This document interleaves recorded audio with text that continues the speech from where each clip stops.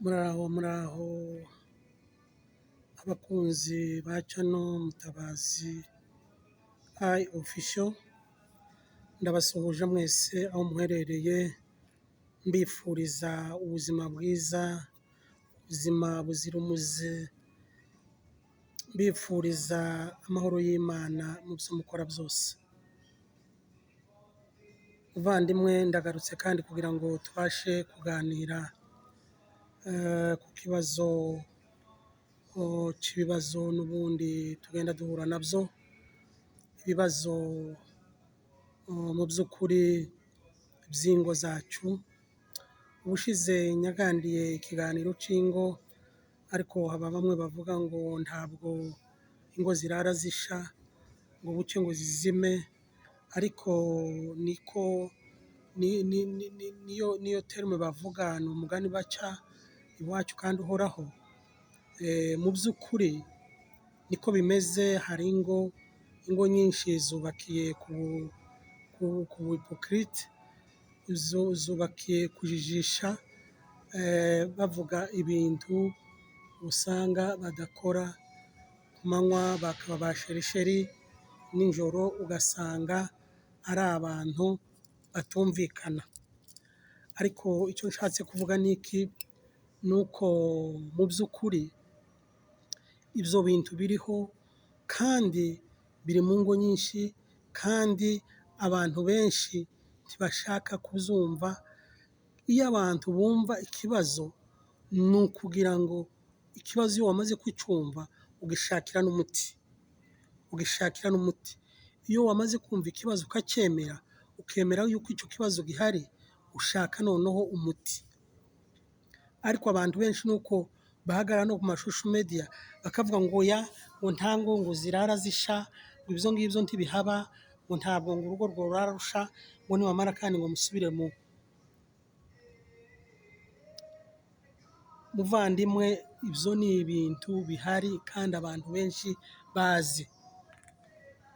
Rero bavandimwe, icyo dushaka kugira, ntabwo tujya ku social media ngo ni ugushaka guterana amajambo cyangwa se ni ukugira gute, ahubwo ni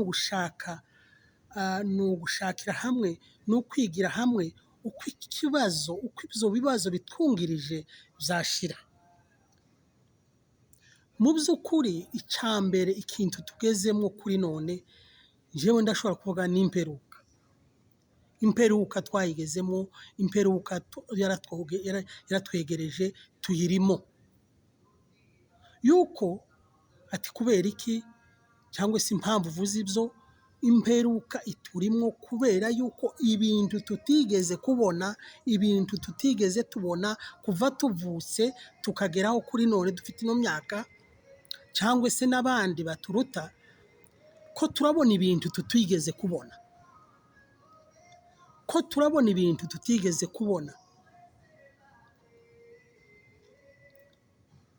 Abantu barabagize gute mwokagira Imana. Hari abavuga, kandi sasa ikibazo uko kimeze, imperuka yatugezemo ariko abenshi ntibabimenye. Kandi Bibiliya ivuga ngo twese ntituzasinzira. Hari abazosinzira, hari n'abazoba maso. Niko kuri none bimeze. Hari abantu batemera, batabona n'imperuka, babona gusa n'amajambere n'ifaranga n'ibiki gusa, ko bariruka inyuma y'ibi, ariko ntibamenye, ntibashishoze ngo barebe, basubize ubwenge inyuma, basubize barefreshinge,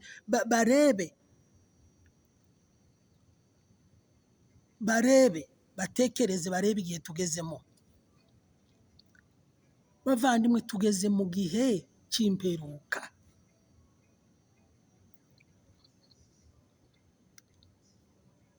Ndahera ku abana ba none. Umubyeyi asigaye avuga, yabwira umwana akamubwira gutya, ati niba kwavuga. Umwana akarebera se ku bitugu, akanamurebera aho yagenda, niyenda isi aramubwiye ku mfano, garuka hano nkubwire tiki, akamurebera gutya ku bitugu. yamara akanagenda ntanagaruke, akagenda ntagaruke ngo yumve ibyo se amubwiye ngo agaruke muri ako kanya ise amubwira icyo ashaka kumubwira. Niyo nshatse kuvuga, ntimwumve ngo ntagaruke mushake kubiyenterepurete ukundi. Oya, ndavuze igihe amuhamagaye ati ngwino hano nkubwire, umwana akamurebera gutya turambwira iki, umwana agahita agenda ntabanze ngo aze yumve ibyose amubwira. Bavandimwe, tugeze mu gihe cy'imperuka. Si cyo cyonyine, ingo ziriho ubu ngubu abantu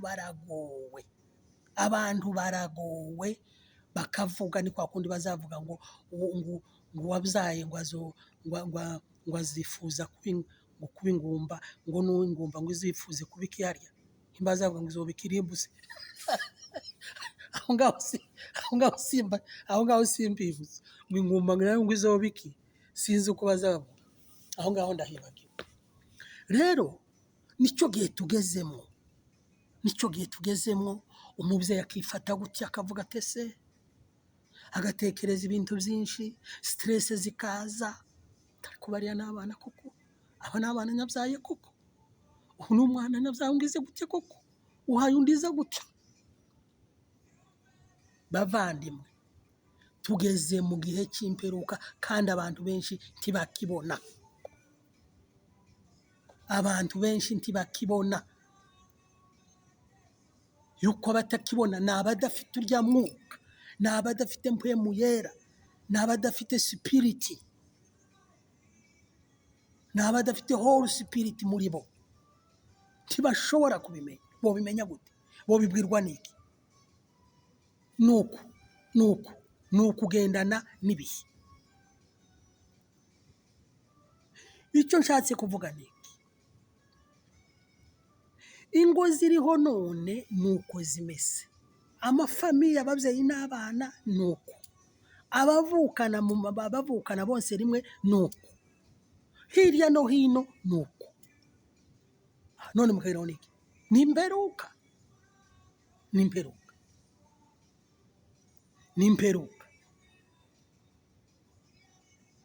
Tugire gute abakristo? Kandi ikintu cyinshi ibintu noneho iyo mperuka imaze kuza, satani nayo iziraho sasa, niyoga. None se bavuga ngo Bibiliya kwivuga ngo igihe cy'imperuka ngo abana ntibazumvira ababyeyi babo, ibiki n'ibiki, abantu basubiranemo, abavukana ntibumvikane, abaki n'abaki, ibihugu n'ibindi bene uko nguko. Bibiliya ni kwivuga.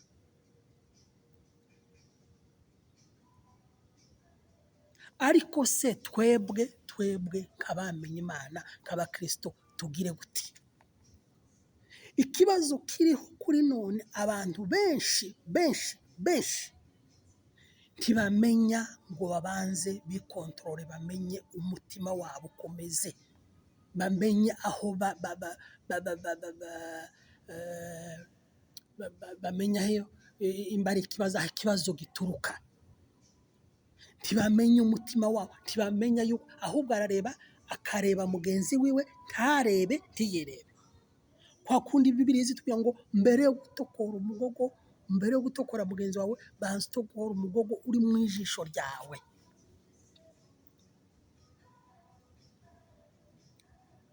Banza utokore umugogo uri mu ijisho ryawe.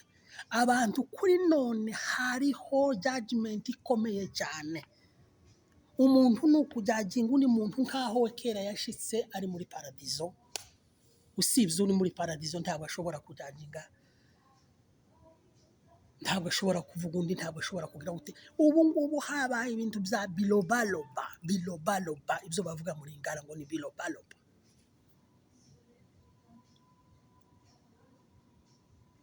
Umuntu akaja aho ngaho akavuga, akambaye, akaba marayika, akagira gute, mwokagira Imana.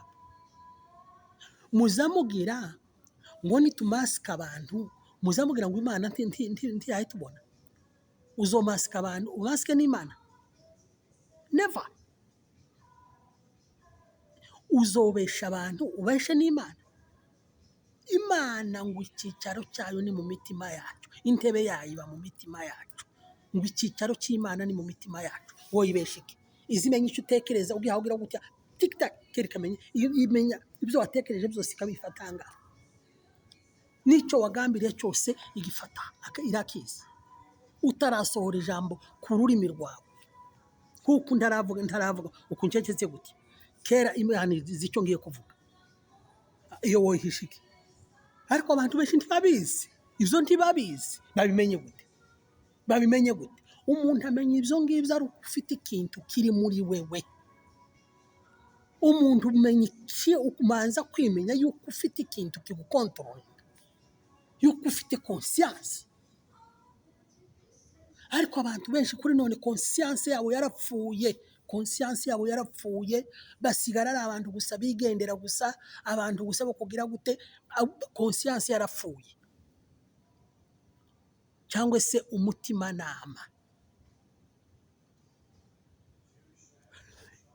Igihe utaramenya ngo wicara uvuga ati se jewe iki kintu ndi muzima, cyangwa se si jewe wowe ufite ibibazo, ahubwo ukaguma ugapwenta undi gusa muntu, ugapwenta undi,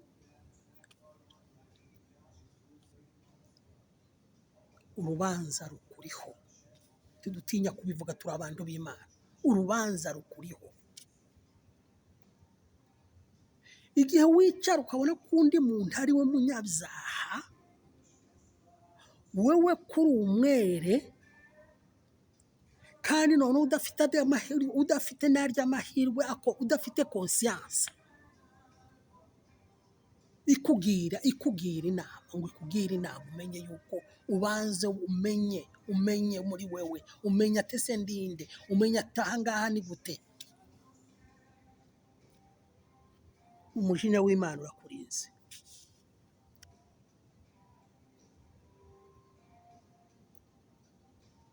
Umujinya w'Imana urakurinze mu gihe ugendera muri ibyo udahindutse. Bavandimwe, kuki dushaka kugira kuki se muzamugira Imana izagira gute? Izi manuka none ihana abantu, izamihanika ihano imuhane, tubone kwemera.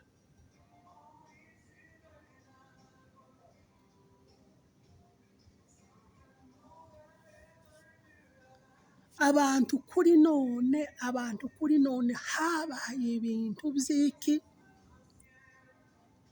byo kutimenya, byo kutabaza ngo amenye ati ibi ngibi umutima wanje umeze gute, ese meze gute.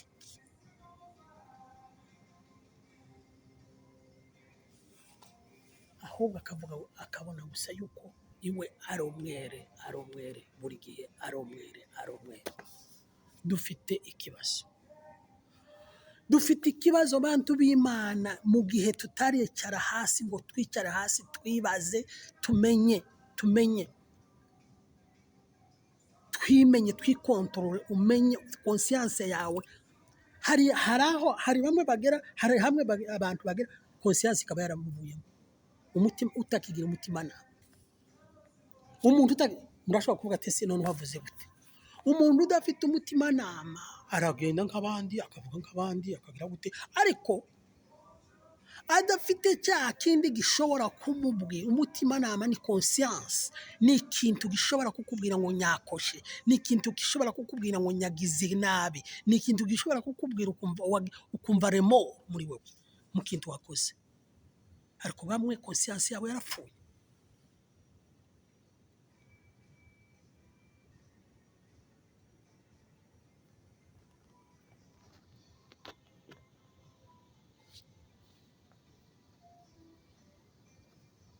Turumvikana?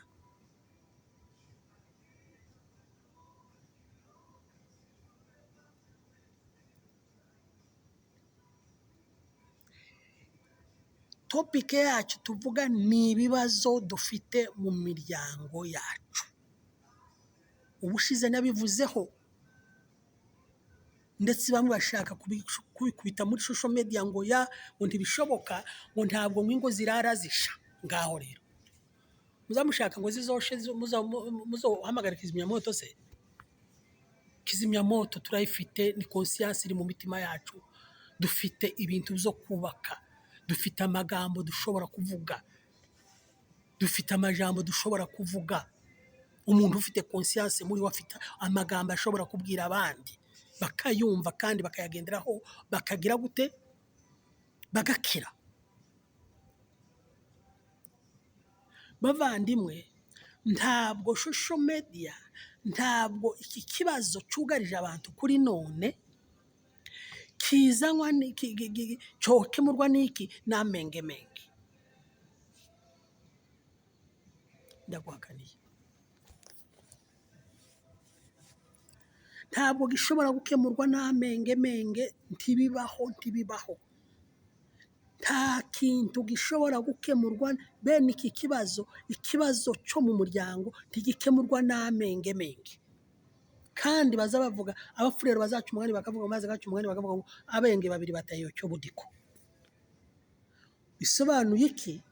Ngo abanyabwenge babiri cyangwa se abantu babiri bafite banganya ubwe ngo ntibokotse inyama y'umwijima. Umwe agira gutya agakebaho ngo reka nyumve ko yagize, undi nawe ati reka nanje numve, bakaza korogera gutya bagasanga bayimase. Inyama y'umwijima niyo baza bita ubudiko. Rero abantu babiri, abenge babiri batayo cyo budiko. Nimba hari ikibazo abantu bafite, abantu bashakanye bafite mu ngo zabo, nta kindi cyo kimara. Ntiboshobora kuvugira kuri social media, ntiboshobora guhamagara ngo mutabare mutubwire ibi ngibi. Nta kindi gishobora gukemura, Mana we, usibye gusa imbabazi. Haleluya. Usibye gusa imbabazi. Imana yo mu ijuru ifite droit, ifite uburenganzira, irashoboye, ifite uburenganzira 100% bwo kwicara mu mitima yacu, igasubira kandi ikaretabulisa imitima yacu, ikaba mishasha, ikazana mu mutima w'iki? W'urukundo, ikagarura urukundo biturutse muki? Kwicisha bugufi kwa buri muntu muri abo bantu babiri bashaka. Simvuze ngo umugore n'umugabo, bwa mwembi, bwa twembi tukicisha bugufi, Imana igasubira kandi ikaza n'urukundo hagati ya rwa rugo rwari rugeze ku manga, rugasubira kandi rukaba urugo rugendererwa, rukaba urugo rusurwa n'abantu, rukaba urugo rwakira abashyitsi. Nawe ibintu by'amengemenge ntibishobora na gato kubaka ingo, ntibishobora kubaka ingo.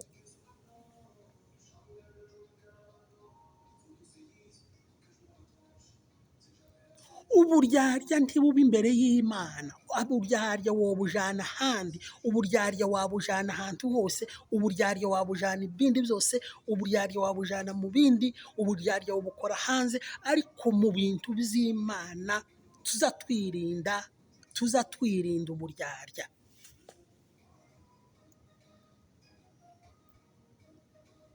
Imana niyo ishobora kubaka urugo rwasenyutse igasubira kandi ikarusubiza hamwe, biciye mu kwicisha bugufi bw'izo ngo zombi. Imana ikabagenderera, yamara kubagenderera, umwe muri mwebwe, umwe muri abo bantu babiri agapfukama akavuga ati njyewe ngusabye imbabazi, nabonye ibyo twagendeyemo byose, mbona yuko njyewe numvishije yuko uno munsi bigomba kurangira, ngomba gusaba imbabazi. Haleluya. Icyo kintu gusa. Naho bya bindi byo kuvuga ngo ko turatabaza, ngo tuzoza kubwira abangaba, ngo tuzoza kubwira abangaba, ese igihe bashakanaga hari uwari uhari? Igihe baza bandikirana twa tubaruwa ngo nakupenda,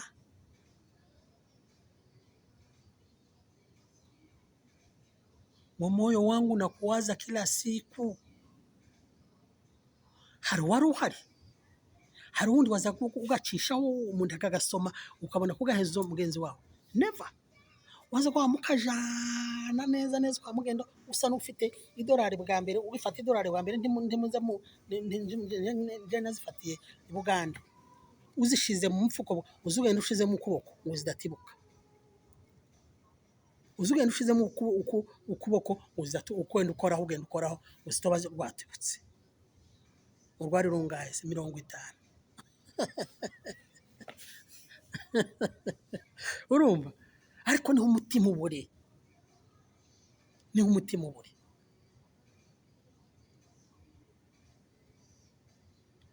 Nta kindi gishobora kubaka urugo, nta kindi gishobora gukiza ingo za none, ni ukwicisha bugufi, umwe agasaba imbabazi.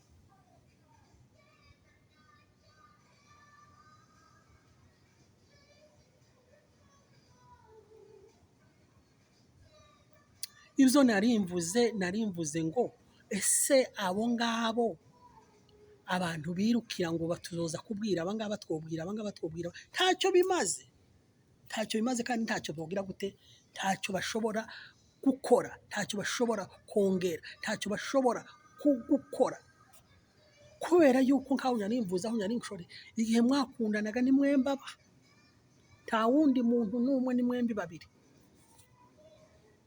Igihe mwakundanaga ni mwembi babiri, igihe mwandikiranaga twa tubaruba twa sheri ni mwembi babiri. Niko n'ubundi ibibazo iyo bibaye mwicara, ariko ikintu cyate mwicara mugakemura ikibazo, umwe agasaba imbabazi nizo za mbere. Amaraso ya Yesu, umwe akagira gute, agasaba undi imbabazi bigashira. Bavandimwe, tureke uburyarya, tureke ubuhipokrite mu bintu by'Imana,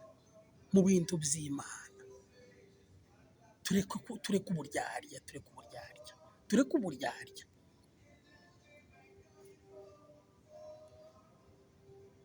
Nimba urugo rusenyutse rw'abantu babiri basenyuka, ni mwembi babiri mugomba gusubirana, kandi umwe agasaba imbabazi akavuga ati yewe, kandi nta kindi, umwe acika kuri bimwe, ukavuga ati njyewe nabonye ko ibi ngibi njyewe mbabarire, undi nawe akavuga ati naje mbabarire, kandi bombi baba bafite ibyaha. Nigeze kumva bavuga umuntu umwe ahavuga ngo abagabo ngo hari umugore wamutumye ngo wamuhamagaye ngo aramubwira gutya ngo uwo mugabo ngo none uwo mugabo nyumva yamukomanseho cyane.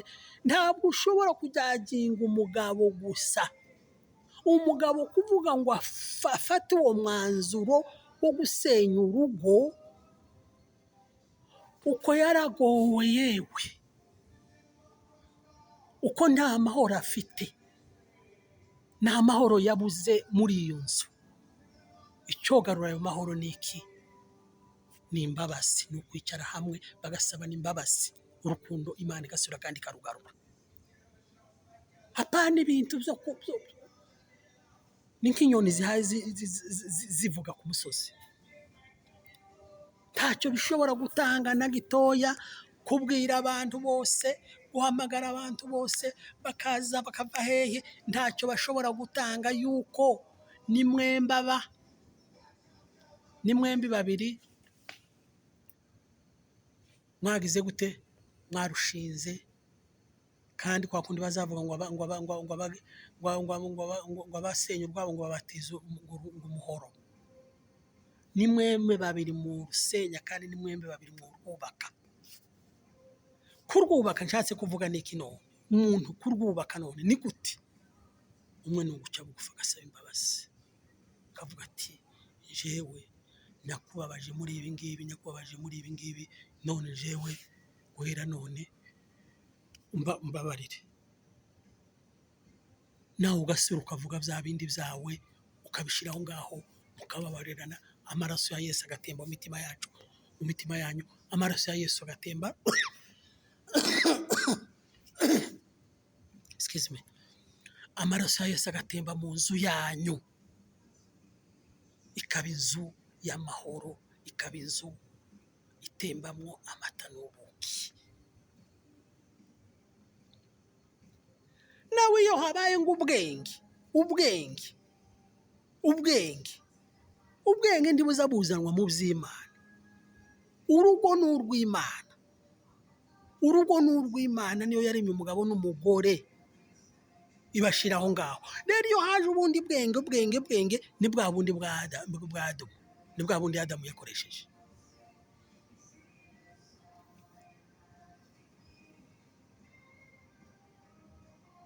Ni bwa bundi Adamu yakoresheje aracumura.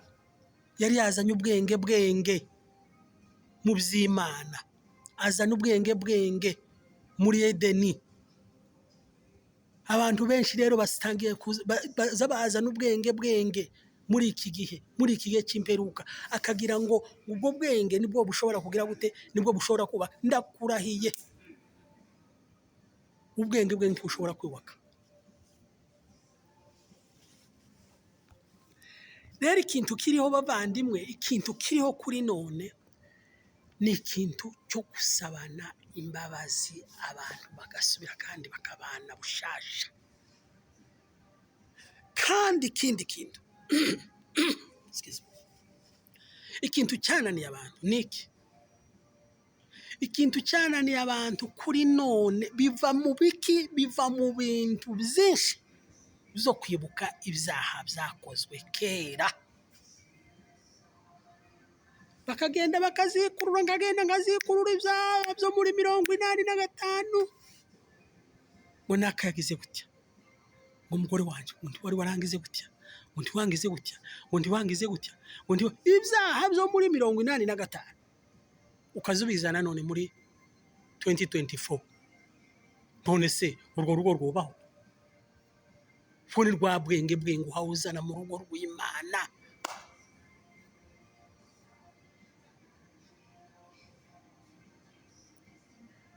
Igihuza n'ibyaha byakozwe muri 75, muri 85 ukazubigarura mu 2024. Kurahiye ukuri yuko udafite umutima wo kubaka urugo. N'urwo rugo ntirushobora kubakwa na rimwe, never again. Ntibishoboka. Bwo kubakwa gute? Bwo kubakwa gute wawusenya? Bwo kubakwa gute wawuzana umupango ukazutema imiganda y'inzu. Navuze inzu ya zaruguru ukazibihiza. Ni gute rwo kubakwa? Rwo kubakwa. Umukristiyo iyo ibyaha byakozwe muri 85 ngo kurabigarura, bwacu ugafata Bibiliya ngo kuragenda gusenga nk'abantu b'Imana. Ni ibiki tuba turimo? Ariko ni ibiki tuba dukora? Kuki twisenyeraho ingo zacu tukazisenya duhaye tubona twenyine? Ibintu byababariwe kera.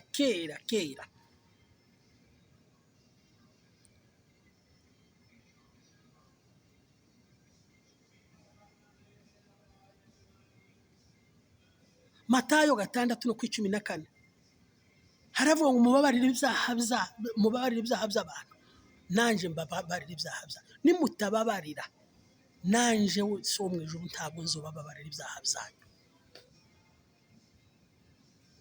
Matayo 6:14 ukageza ku 15. none niki tuba dukora? Nitubana twamutuma ngo umuntu umwe gusa ngo niwe umuntu ngo ko ari icubundi gute? Uko abantu bombi hari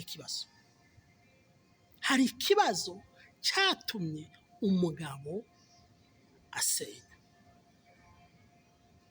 Icyo kibazo kirahari. Ntiwobyuka none mumfata ngo ngaho umfashe umupanga uko ndasenya ngira gute ngo ndasenya inzu uko ndayitema. Hari impamvu iyo mpamvu ni ikwiriye gushakwa, kandi iyo mpamvu ikwiriye gushakwa n'abantu babiri mwuka agira Imana. Baca umugani ngo akumuhana ngo kaza imvura ihise, akumuhana kaza imvura ihise. Nimudahaguruka mwenyine ngo mwicare hasi muvuge mubabarirane, urugo rwanyu ntabwo ruzoroshingwa abandi ntibazoza, abapasiteri, abarevera, ba bishopu ntibazoza ngo barabubakira. Never. Ntibibaho. Izo ni ibintu byo kubesha. Ntabwo bashobora kugira ngo nibo bazogira gute ngo ntibazobubakira. Cyuko ibintu nimwe mwenyine, kandi cya kabiri nimwe mwenyine bizaturutseho. Impamvu nimwe biyaturutseho. Iyo mpamvu mukwiriye kwicaramo umwe agaca bugufi.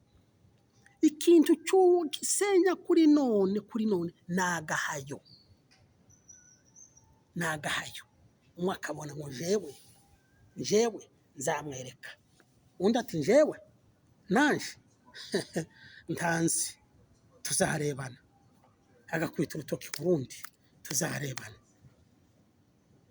Amaze Satani kamigenda ikazigera kuri uyu, akazanira akazikurura ibyo muri 90 na kangahe, undi akazana, undi akicara, nanjye tuzareba mfite aho nzagufatira. Iyo ni Satani, nagahayo, ni kagahayo, nta mbabazi ziriho. Ikintu kiriho kuri none, solution hari none, jewe nabiciyemo.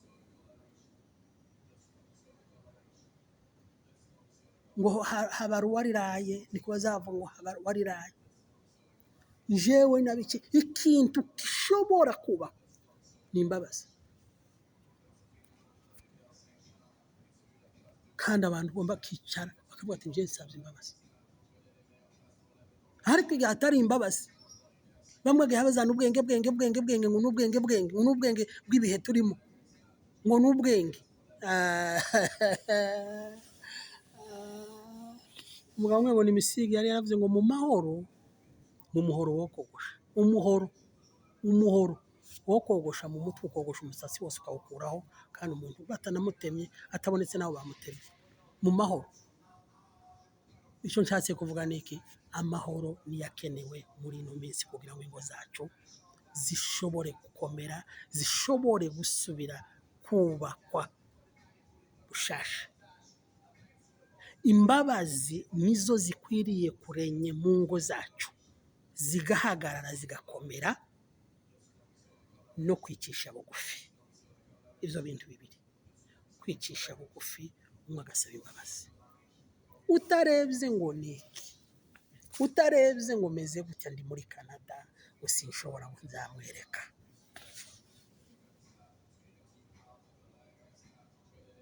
Iyo haje ibintu zo kwereka ngo nzamugira gutya, undi nawe ngo nzamugira gutya, kera urugo ruba rwagize gute, ruba rwatwitswe. Kera nimwe abantu baba barutwitse.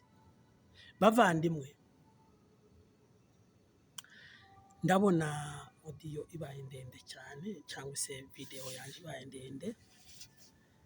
Mu by'ukuri ikintu gihari jewe nshobora kubabwira,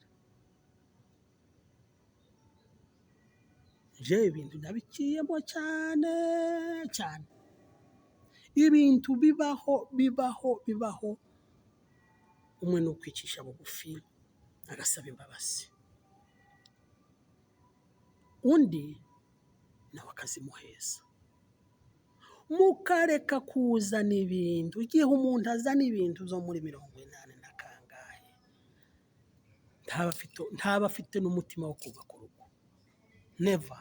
Ntaba afite umutima wo kubaka urugo. Yuko ukunda ntiwoza kumwereka, ntiwoza kuzana ngo ikintu cyabaye muri 80 na kangahe, murababarirana, murakirangiza ngo usubire ukizane mu 2024. Urumva icyo kintu? Ukuramukunda, ukunda urwo rugo. Nimureke tureke kugira menge, kandi amenge yabaye undi nawe akagira yandi, ni kagahayo. Satani nayo ikaza rero ikazija muri uyu ikajija muri uyu ikajija muri ikaja muri uyu. Bavandimwe, ingo zacu mureke tuzisubireho. Niyo tugeze mu gihe cy'imperuka, nanone turi abakristo, tuzi icyo twamize, tuzi icyo umukristo afite, icyo yamize, afite icyo yamize azagendana mu mutima wiwe. Ariko siko bose tubifite, siko twese tubifite, siko twese tubifite uwo mutima nama w'ubukirisitu, siko twese tubufite, siko twese tubufite. Hari abo wagiye. Nimureke abantu bapfukame kandi basaba umutima nama w'Imana, konsiyansi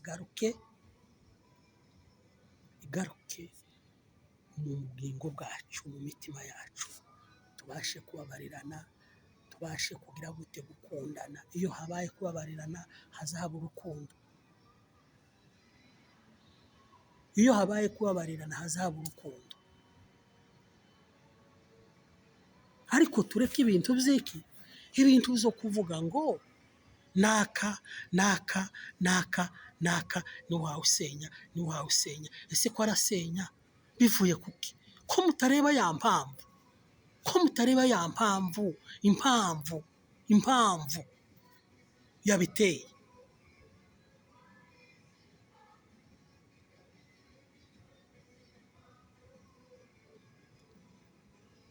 Nimureke abantu babane uko bari bameze. Iyo tugeze mu gihe cy'imperuka, kandi ntawe uzatsinsura undi, ni ukuguma nyine gutyo, abantu bakagira bakaruha neza. Iyo habaye bene ibyo ngibyo, nyuma yaho niho uza wumva habaye ibindi, icyaha kiza kiguma kigakura, bwaca hakavuka ibindi, kuko Bibiliya bitubwira. Rero nimureke tureke kujijisha Imana, tureke kujijisha abantu, twicishe bugufi, twubake ingo zacu. Imana yo mu ijuru ibaho umugisha, Imana yo mu ijuru ibibumvise, Imana yo mu ijuru igere mu mitima yacu, isubiriza imbabazi, ahavuye imbabazi mu mitima yacu izihasubize, tugire kubabarirana. Bavandimwe, Imana yo mu ijuru itugirire neza, Imana yo mu ijuru ibumvishe iryo jambo, ibumvishe icyo kiganiro. Tureke kuzana ibintu byo hirya no hino dushaka kwerekana yuko bamwe ari bo babi cyangwa se abandi ari bo babi. Igihe habaye ikibazo nk'icyo cyo mu rugo, haba hari ikintu cyabiteye. Satani iba yaje, ukamenya ati ni iki kintu byatangiye gutya, kandi bikagera ku bantu babiri ari bo bene nyir'urugo.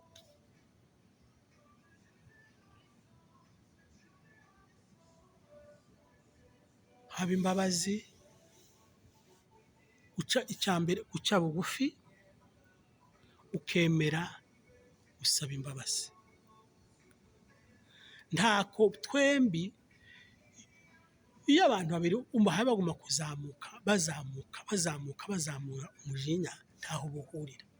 Ni nk'uko ku isi nijoro ntaho buhurira. Ariko iyo yemeye akicisha bugufi, akavuga ati njye nabonye ibi bintu turimo ntabwo ari ibintu byiza, ibi bintu turimo ni ibintu n'abana ntibashobora gukora bene ibi bintu, reka tubireke, tuce bugufi, twakana imbabazi, ukababarirana bikarangira. Bavandimwe, icyo nicyo kiganiro cyane njye nyotanga, icyo niyo contribution njye nyotanga muri aka kanya, kugira ngo abantu bafite icyo kibazo, mu by'ukuri nta bandi bashobora kuza kugikemura, ni mwembi yuko n'igihe mwakundanaga nk'uko twabivuze, nta bandi bari bahari, ni mwembi gusa. Ni na mwembi mushobora kwicara kandi hasi mukagicoca mukakimara, mwiyicishije bugufi mukababarirana. Yesu agashobora kandi akima mu mitima yacu twese. Imana yo mu ijuru ibagirire neza, Imana yo mu ijuru ibafashe kandi ibaho umugisha. Reka dusenge Imana kandi nyine dusabira n'urwo rugo rwose kugira ngo rwumve ruce bugufi, umuntu umwe ace bugufi, babiri kandi ntibazaba bavuga ngo duce bugufi ngo cyangwa bavugire rimwe, umwe ace bugufi asaba imbabazi, urugo rusubire ruba urugo, urugo rusubire ruba urugo rugenda. Yesu abagirire neza. Reka dusenge Imana. Mana yacu nziza, Mana y'amahoro, Mana y'agakiza, Mana y'ibyiringiro, turakwereka ingo za none Data, turakwereka ingo zacu Mana aho zigereye, aho zigeze Mwami, zigeze aha ku manga irindibuka, zigeze Data aho umwanzi ashaka, zigeze Data aho Satani ashaka. Turasaba ngo muri kano kanya wowe wenyine Mwami wigaragaze, uzane Data kumvikana, uzane kwicisha bugufi kw'abashakanye Mwami. Umwe yicishe bugufi, bombi bicishe bugufi, bace bugufi, bamenye kuri Imana ishobora byose, bamenye ko ari we Mana, ko ari wowe shefu w'urugo, ko ari wowe wubaka umuryango, umuryango ko ari uwawe, Mana ishobora byose. Bemere gutegekwa nawe Data, twemere gutegekwa nawe Mwami. Mwami duce bugufi, turagupfukamiye muri kano kanya. Mwami genderera izo ngo zose Data, uzigeremo Mwami, wowe urazizi, nje ntabwo nzizi, ariko Data we wenyine wigaragaze nk'Imana ishobora byose, uzigeremo Data kandi ubikemure. Aho ugeze Data amahoro azataha, izina ryawe rihabwe ikuzo n'icyubahiro. Amen.